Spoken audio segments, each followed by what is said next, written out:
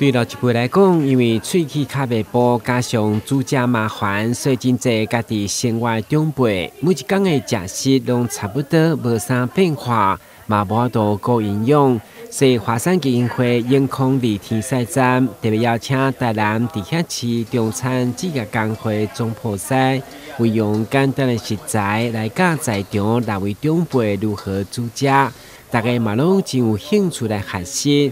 要做出营养个食旁边2包饭，当然华山嘛希望让社会大众知影通关心这群长辈需求。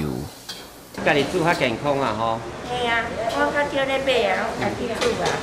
对啊，所以我今仔来是来学这讲哦，等下有加一项菜通好煮，通好食安尼啊。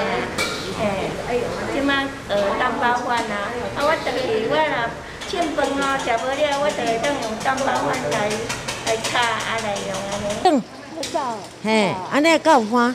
哦，较有欢。互相交流也不错啦。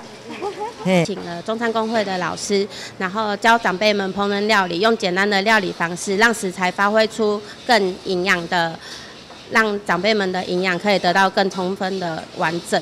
然后我们也是借由这次的活动，然后让各界可以响应说，大家一起发挥小小的支持与赞助。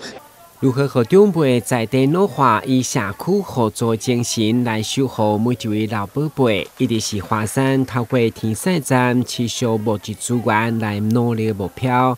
特别伫迎接5日节，基金会嘛开始募集1份380块有肉粽、大面、雨伞等等礼物的关怀礼，邀请大家共同响应。台南新闻阮籍采访报道。